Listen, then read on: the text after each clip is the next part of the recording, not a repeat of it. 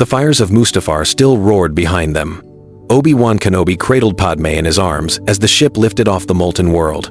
Her breathing was shallow, her pulse was weak, but she was alive, barely. In the original timeline, the medical droids would have failed her. She would have lost the will to live. But here in this fractured thread of destiny, Obi-Wan made a different choice. He did not fly to Polis Massa. He could not risk it. The Emperor had spies everywhere. If Palpatine learned Padme survived, he would use her. He would break her. He would turn her into a weapon against Anakin, or worse, against her own children. So Obi-Wan changed course. He whispered into the comm, "Bail. I need a sanctuary, somewhere the Sith cannot see." Senator Organa understood at once. No questions, no hesitation, only trust. Hours later, the ship docked at a hidden Alderaanian outpost deep in the Outer Rim. There, healers from the old Jedi sanctuaries, those few who had escaped Order 66, worked through the night. They mended her wounds, they calmed her grief, they saved the twins. Padme opened her eyes. 2 tiny cries filled the room. A boy, a girl. She held them close, tears falling silently down her cheeks. She had lost Anakin, but she had not lost everything. Obi-Wan stepped forward, his voice low and steady. "The galaxy must believe you are dead, Padme. For their safety, for yours." She nodded slowly. And in that quiet moment, a senator became a ghost, and a ghost became a rebel. The Mustafar sky bled red. Smoke crawled across the lava fields as Darth Sidious knelt beside the broken body of his new apprentice. Anakin Skywalker was gone. Only Vader remained burned, blind with rage and half machine. "Lord Vader," Sidious whispered, almost gently. "Can you hear me?" The black mask hissed to life. The first mechanical breath cut through the room like a blade. "Where is Padme?" Vader rasped. "Is she safe? Is she all right?" Sidious smiled, slow and cruel. "It seems, in your anger, you killed her." Something inside Vader shattered. A scream tore from the suit raw, inhuman, shaking the steel walls. Machines exploded. Glass burst. The dark side howled around him like a storm. He believed it. He had to. And in that belief, the last piece of Anakin Skywalker died. But the Sith Lord had lied. Far across the galaxy, on the cold medical asteroid of Polis Massa, Padmé Amidala gasped awake. 2 tiny cries filled the silent chamber. A boy, a girl, Luke and Leia. Obi-Wan Kenobi stepped back, stunned. He had felt her slipping away. Something or someone had pulled her back. Padme clutched her children to her chest. Tears ran down her face, but her eyes were sharp as durasteel. "He didn't kill me," she whispered. "He tried, and he failed." Her voice dropped to a vow. "Anakin is gone. The man who wears his face will pay for every life he has stolen." Obi-Wan opened his mouth to speak, but stopped. The senator he once knew was dead. In her place stood something new, something dangerous. A mother, a widow, a weapon. Outside the viewport, a single Republic transport powered up its engines. The twins slept against her heart as Padme rose from the medical bed, unsteady but unbroken. "Master Kenobi," she said quietly, "take me to Bail Organa. The Empire thinks I'm dead." She turned toward the stars. "Let's keep it that way. For now." Naboo looked peaceful. Green hills rolled toward silver lakes. Children laughed in the streets of Theed. But inside a quiet villa near the lake country, a dead woman was very much alive. Her name, on paper, was Vesa Tarn, a widowed scholar from the Midrim. Her hair was darker now. Her clothes were plain. Only her eyes still belonged to the senator the galaxy mourned. Padmé Amidala had buried her old life, but not her mission. Each night, after Luke and Leia were asleep, she walked down to a hidden chamber beneath the floor. Inside, a single holotable flickered to life. Encrypted symbols danced across its surface-coded messages from Alderaan, Chandrila, Moncala. "Senator Organa," she whispered. Report. Bail Organa's blue figure appeared. The shipment reached Lothal. 3 more cells are forming. They're calling themselves the Rebellion. Padme nodded slowly. "Good. Send credits through the Nubian trade route. Mark it as grain shipments. And the weapons? Through Mon Mothma's channel, the Empire never checks twice. She was no longer fighting in the Senate. She was fighting in the shadows, and she was winning small, silent victories. Her old senator contacts believed they were funded by a mysterious benefactor known only as the Lady of the Lake. None of them knew the truth. Not even Mon Mothma. Only Bail. Only Obi-Wan, far away on Tatooine. Meanwhile, across the galaxy, Darth Vader knelt before the Emperor. "My lord," he growled, "rebel cells grow faster than we can crush them. Someone is funding them. Someone clever." Palpatine's yellow eyes narrowed. "Find this benefactor, Lord Vader. Burn them from the galaxy." Vader bowed. "It will be done." He did not know. He could not know. Back on Naboo, Padme closed the hollow table and climbed the stairs. She paused beside the twins' cradle. Luke's tiny hand reached out in his sleep. Leia frowned, already fierce, already a fighter. Padme brushed her daughter's cheek. "Sleep, my little stars," she whispered. "Mama is building you a galaxy worth living in." Then, somewhere outside the villa, a twig snapped. Her head turned sharply toward the window. A shadow moved through the trees. Someone was watching. 8 years. 8 years since Mustafar. 8 years since the Jedi fell. 8 years since Darth Vader believed his world had ended in fire.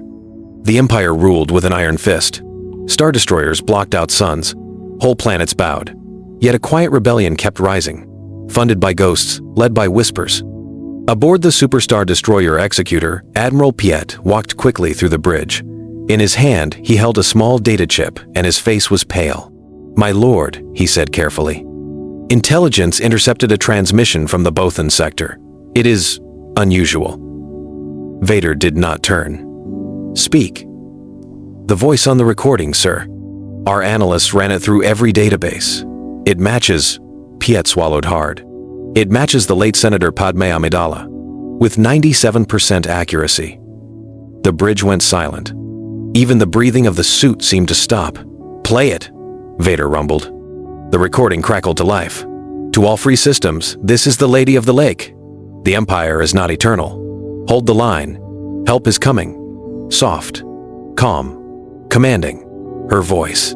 Vader's gloved hand clenched into a fist.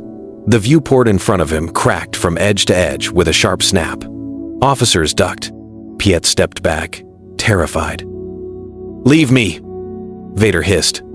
The bridge cleared in seconds. Alone, Darth Vader stood in the shadow of the stars, and for the first time in 8 long years, Anakin Skywalker stirred inside the suit. "She is alive," he whispered. The vocoder shook. "She is alive." Then came the rage. Not at her, but at him. At the yellow-eyed master who had stood over his broken body and lied. "You killed her," Sidious had said. "In your anger, you killed her." A lie. A lie that had built an empire on Vader's grief. The Sith Lord turned toward the stars. His voice dropped to a deadly growl. "My master has deceived me." His lightsaber ignited in the dark. "And he will pay." The Executor jumped into hyperspace without orders. On Coruscant, Emperor Palpatine sensed it instantly. His yellow eyes opened in the dark of his throne room. "Lord Vader," he whispered, "what are you doing?" But Vader did not answer his master's call. The comm channel blinked red, ignored. For the first time in 8 years, Darth Vader was hunting for himself. His first stop was the Bothan sector, where the transmission had been traced. Stormtroopers spread through every cantina, every smuggler's hold. Vader walked behind them like a black storm, his cape sweeping the dust. A frightened Rodian was dragged before him. "Who sent the message?" Vader rumbled. I don't know, my lord. It came through a relay, a Nubian relay." The words struck Vader like lightning. Nubian, Naboo. His mechanical breath quickened. Memories crashed through his mind, silver lakes, soft laughter, a wedding by the water. He crushed the Rodian's throat with a flick of his wrist, not from anger, but from the storm of grief inside him. Star system after star system fell under his shadow. He tore through Bothawi. He shattered a spice ring on Nar Shaddaa. He broke into Senator Mon Mothma's private offices and ripped through her files himself. She watched, silent and trembling, hiding everything behind a cold smile. She gave him nothing, but she knew. Oh, She knew. The moment Vader left, Mon Mothma rushed to her private comm. "Bail. He is coming. He knows she is alive." On Alderaan, Bail Organa's face went pale. "How much time do we have?" "Days, maybe hours." Far away on Naboo, Padme felt it before any warning reached her. She stood by the lake, watching the sunset, when a cold shiver ran down her spine. Her hand drifted to the small blaster at her hip. Behind her, Leia, now 8 years old, ran across the grass with Luke close behind, laughing in the golden light. Padme did not smile. She stared into the sky and whispered the name she had not spoken in 8 long years. Anakin. Above the clouds, a Star Destroyer's shadow began to fall across the lake. Fire rained on Theed. TIE fighters screamed across the Naboo sky as the Executor hung above the capital like a black blade. Citizens ran. Guards fell. Vader walked through it all without slowing, not as a general, but as a man searching for one single soul. His boots crushed, shattered marble as he entered the ruined royal palace. The grand throne room, where he had once watched a young queen rise, now stood broken open to the burning sky. And there she was. Padme stood in the center of the hall. Her long coat moved in the smoke-filled wind. A blaster rested in her hand. Her hair was streaked with silver now, but her eyes were sharp as ever. Behind a stone pillar, hidden in shadow, 2 small figures crouched in silence, Luke and Leia, told to stay quiet, no matter what they saw. Vader stopped. For a long moment, the only sound was the hiss of his breathing. "Padme," the vocoder rasped. The word sounded almost human. She did not lower her blaster. "That name belonged to my husband," she said quietly. "He died on Mustafar. I am still here." "No." Her voice cracked, then steadied. "You are what Palpatine built from his bones." Vader took one heavy step forward. "He lied to me. He told me you were dead. He told me I killed you." "And you believed him," Padme whispered. "You chose him." The mask tilted. Somewhere deep inside the suit, something broke. "Come with me," Vader pleaded, his voice almost begging. "We can rule. You, me, together. I can end this war." Padme's eyes filled with tears, but her hand did not shake. "Anakin would never ask me that." She raised the blaster higher. "Take one more step, and I will fire." Vader froze. And then, from behind the pillar, a small, brave voice cried out, "Don't hurt my mommy." Luke stepped into the light. Vader's world stopped breathing. The throne room fell silent. Luke stood frozen in the open, his small hands shaking, his eyes locked on the towering black figure. Behind the pillar, Leia gripped the cold stone, her tiny jaw clenched in fury. Vader did not move. The mask stared at the boy. The force around him screamed. The same blood, the same light. His son. His own son. "Padme," the vocoder whispered. "Is he?" "Yes," her voice trembled, but she did not lie. "His name is Luke, and his sister Leia. They are yours." Vader's gloved hand rose slowly, reaching toward the boy. Luke flinched, but he did not run. And then Padme did the bravest thing of her life. She lowered her blaster. She dropped it to the marble floor. The sound echoed through the broken hall. "Anakin," she said softly, stepping closer to him. "Look at me. Look at me." The breathing slowed. "You were the chosen one," she whispered, tears running down her cheeks. "You were meant to bring balance, not fear, not fire. You were meant to be a father." "It is too late for me," Vader rasped. "No." Padme reached up and laid her bare hand against the black mask. "It is never too late.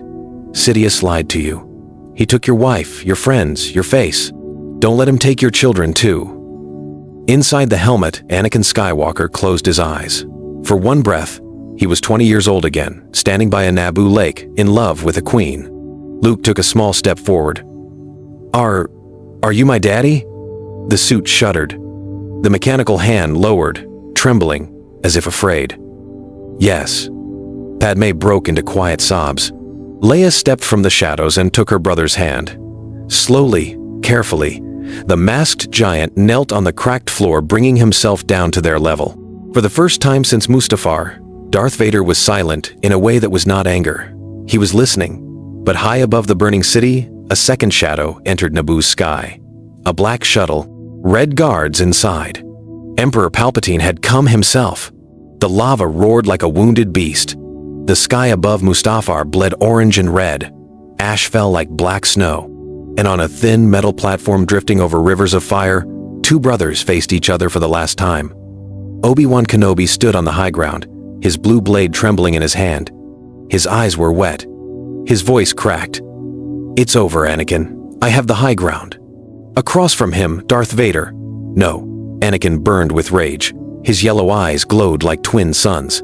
His chest rose and fell like a storm. "You underestimate my power?" He crouched. He leapt. And then, everything stopped. A whisper cut through the fire. Soft, distant, real. "Anakin, please, come back to me." It was Padme, not standing before him, not even awake, but somewhere out there, across the stars, her heart called to his, and the Force carried every broken word. Anakin froze midair. His saber hung above Obi-Wan's head, 1 inch from the kill, 1 breath from the dark side forever. But in that single second, he saw her face. Not the senator, not the queen, the girl on Naboo, the woman in the meadow, the mother carrying his children. His hand began to shake. Obi-Wan's strike never came. The Jedi Master simply waited, watching the boy he had raised, praying to a force he no longer trusted. "Anakin," Obi-Wan whispered. The yellow faded from Anakin's eyes. Blue returned. And the lightsaber, that red, hateful blade, slipped from his fingers. It tumbled, end over end, hissing into the lava below. Gone forever. Anakin dropped to his knees. "Obi-Wan." His voice was raw. Human again. "What have I done?" Kenobi rushed forward, sliding down the slope, catching the boy he had loved like a son. No lecture, no anger, just two men holding each other above a sea of fire, both weeping for everything that had been lost. Far away, on Coruscant, in a throne room of black stone, Emperor Palpatine's eyes snapped open. He felt it. The bond, the leash he had tied around Anakin's soul, snapped. His Sith apprentice was gone. "No," the old man hissed. His withered fingers gripped the armrests of his chair. "No, no, no." For the first time in decades, Sheev Palpatine felt something he had not felt since he was a boy. Fear. "Lord Vader," he whispered into the dark, "you will regret this betrayal." Lightning crackled around his fingertips. Hours later, a small, battered ship rose from Mustafar's burning surface. Inside, the air was thick with silence. Padmé Amidala lay on a medical cot, pale but breathing. Her hand was wrapped tightly around Anakin's. He sat beside her, head bowed, tears falling onto her wrist. "I'm here," he whispered. "I'm here, Padme. I'm sorry. I'm so sorry." Obi-Wan piloted in silence, jaw tight, eyes fixed on the stars. He did not know where they were going. He only knew they could not stop. Beneath Padme's robes, two tiny heartbeats fluttered strong, alive, unhidden. Twins who would not be split apart. Twins who would not be hidden on desert moons or icy senators' homes. In this timeline, Luke and Leia would grow up together. But the galaxy did not yet know what had happened on Mustafar. The Jedi Order lay in ruins. Younglings dead in the temple. Masters scattered across the stars. Order 66 had done its work, and the clones still marched under Palpatine's command. The Empire was rising. The Senate was clapping. Democracy was dying with thunderous applause. And yet, somewhere in the shadows of a hyperspace lane, a single ship carried something the Emperor never planned for. A family, whole, alive, together. A father reborn, a mother breathing, a brother by his side. Two children waiting to be born into a galaxy that still had a chance. Back on Coruscant, Palpatine rose slowly from his throne. His hood fell back. His face twisted, scarred by the dark side, caught the red light of the chamber. He turned to his shadow guards. His voice was calm, cold, final. "Find them. Find the Skywalkers. Burn every world that hides them. If the Chosen One will not kneel before me, then the galaxy itself will burn before him." The hunt had begun, and the rebellion, years before its time, was about to be born in fire.